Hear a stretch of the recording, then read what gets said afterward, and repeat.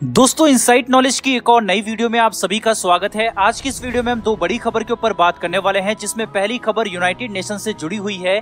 दरअसल United nation में भारत की ताकतों को बढ़ाने की कवायद तेज हो रही है और भारत को वीटो पावर देने की मांग उठने लगी है। वहीं दूसरी खबर भारत की अर्थव्यवस्था से जुड़ी हुई है। यूक्रेन और रशिया के बीच जिस प्रकार से युद्ध का सिलसिला थमने का नाम नहीं ले रहा, उसकी वजह से आने वाले कुछ महीनों के अंदर दुनिया में महंगाई अपने चरम पर पहुंचने वाली है। यहाँ तक कि एक्सपर्ट्स का मानना है कि महंगाई कई सारे रिकॉर्ड तोड़ सकती है। लेकिन इन सब के बीच भारत के पास जो फॉरेक्स रिजर्व का भंडार है वो इतना ज्यादा बढ़ गया है कि भारत की अर्थव्यवस्था पर ज्यादा प्रभाव नहीं पड़ने वाला। इकोनॉमी को लेकर काफी सारे लोगों ने वीडियो बनाने के लिए कहा था, इसलिए आज इस पर भी हम बात करेंगे। तो चलिए शुरू करते हैं इस वीडियो को और जानते हैं दोनों ही खबरों को विस्तार से। सबसे पहले बात करते हैं यूनाइटेड नेशन में भारत को लेकर कौन सी नई बहस छिड़ गई है। अभी बीते कुछ दिन पहले रूस और यूक्रेन के मुद्दे पर यूनाइटेड नेशन में एक इमरजेंसी बैठक बुलाई गई थी। इस बैठक में स्थायी और अस्थायी दोनों तरह के सदस्य देश शामिल हुए थे। रूस के लिए निंदा प्रस्ताव की वोटिंग की गई। निंदा प्रस्ताव के लिए बहुमत प्राप्त हो गया था, लेकिन अंत में रूस अपने वीटो पावर का उपयोग करते हुए इस प्रस्ताव को खारिज कर दिया। उसके बाद से दुनिया में एक बार फिर से यूनाइटेड नेशन में वीटो पावर और परमानेंट मेंबर होने पर एक बार फिर से बहस छिड़ गई है। भारत पिछले 70 सालों से यूनाइटेड नेशन में स्थायी मेंबर्स प्राप्त करने के लिए कोशिश कर रहा है, लेकिन चीन, अमेरिका और साथ ही कई देश इस पक्ष में सहमत नहीं है कि भारत को स्थायी मेंबरशिप दी जाए। अमेरिका और ब्रिटेन लगातार भारत पर दबाव बना रहे हैं कि वह रूस से अपने सारे संबंधों को तोड़ दे, लेकिन भारत अपने फैसले पर टिका हुआ है।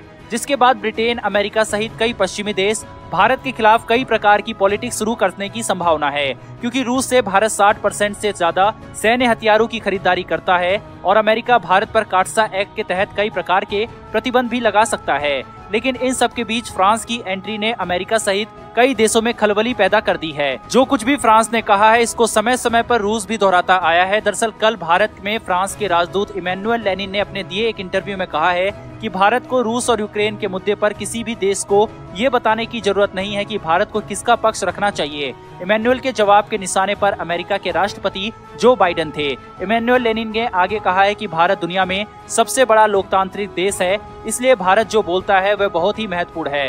भारत को अंतर्राष्ट्रीय मंचों पर और भी बड़ी जिम्मेदारी मिलनी चाहिए। इतना ही नहीं, इमैनुअल ने आगे कहा कि भारत को यूनाइटेड नेशन का स्थायी मेंबर बनाना चाहिए और साथ ही वीटो पावर भी मिलनी चाहिए। उन्होंने आगे कहा कि भारत क्या कहता है इसको पूरी दुनिया सुनती है और इसका असर भी पूरी दुनिया पर होता है। आपको बता दें कि फ्रांस के राजदूत के बयान के एक दिन पहले ही भारत के प्रधानमंत्री नरेंद्र मोदी और फ्रांस के प्रेसिडेंट इमैनुअल मैक्रोन से एक फोन कॉल के जरिए रूस और यूक्रेन के मुद्दे पर बातचीत हुई थी। एक ऐसे समय पर फ्रांस का भारत को समर्थन मिलना जब भारत पर ऑस्ट्रेलिया, अमेरिका सहित कई देशों का जबरदस्त दबाव है कि वह अपना पक्ष यूक्रेन के प्रति जाहिर करें, तो इस लिहाज से भारत और फ्रांस के संबंधों में और भी गहराई आने वाली है। तो उधर रूस भी लगातार भारत को यूनाइटेड नेशन में स्थायी मेंबर बनाने की मांग करता रहा है। उधर अमेरिका कभी भी भारत को लेकर इतना एग्रेसिव होता नहीं दिखा है। अगर भारत अमेरिका की बातों को आंख मूंद कर विश्वास कर ले तो अमेरिका भारत को बस जबरदस्त फंसाने की कोशिश करता रहता है।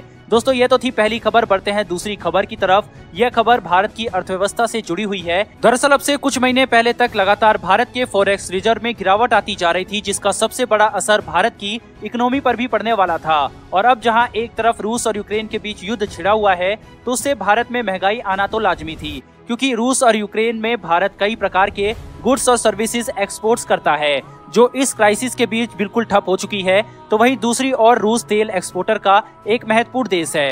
रूस और यूक्रेन के बीच जो तनाव है, उसके चलते रूस से तेल भी बाहर नहीं निकल पा रहा। इस लिहाज से मार्केट में तेल की जबरदस्त कमी आने वाली है। जब मार्केट में प्रोडक्ट कम होते हैं और खरीदार बढ़ जाते हैं, तो उससे जाहिर सी बात है इन्फ्लेशन की परिस्थिति पैदा हो जाती है और प्रोडक्ट का दाम कई गुना तक बढ़ सकता है। अब ऐसा ही कुछ पेट्रोल और डीजल के दाम में भी होने वाला है। आपको बता दें कि इस वक्त तेल का दाम $110 पर बैरल जा पहुंचा है, जबकि कुछ महीने पहले ये $70 पर बैरल पर था। और इन्हीं सब वजह से भारत के फॉरेक्स रिजर्व में कमी होने की संभावना जताई जा रही थी। लेकिन अब जो भारत सरकार की ओर से फॉरेक्स रिजर्व का आंकड़ा पेश किया गया है, इसको जानकर आपको हैरानी होगी कि भारत ने सारे रिकॉर्ड तोड़ दिए हैं। भारत का फॉरेक्स रिजर्व 2.6 बिलियन US से बढ़कर $632 बिलियन तक जा पहुंचा है। फॉरेक्स रिजर्व का सबसे बड़ा फायदा ये होता है कि जब भी विदेशी परिस्थितियां बिल्कुल अनुरूप होती है, तो ये फॉरेक्स रिजर्व अर्थव्यवस्था को नया आयाम दे सकता है, अर्थात ये अर्थव्यवस्था को कमजोर होने से बचा सकता है। आपको फॉरेक्स रिजर्व के बारे में एक लाइन में बताएं तो फॉरेक्स रिजर्व एक केंद्रीय बैंक के द्वारा विदेशी मुद्राओं में रखी गई संपत्तियां होती है। फॉरेक्स रिजर्व का लगातार बढ़ना ये भारत के लिए काफी अच्छी बात है। फिलहाल दोस्तों इस वीडियो में इतना ही, लेकिन अगर आपने इस वीडियो को यहाँ तक देखा है तो कमेंट बॉक्स में जय हिंद जरूर लिखें। फिर मिलेंगे ऐसी एक नई वीडियो के साथ। धन्यवाद। जय हिंद।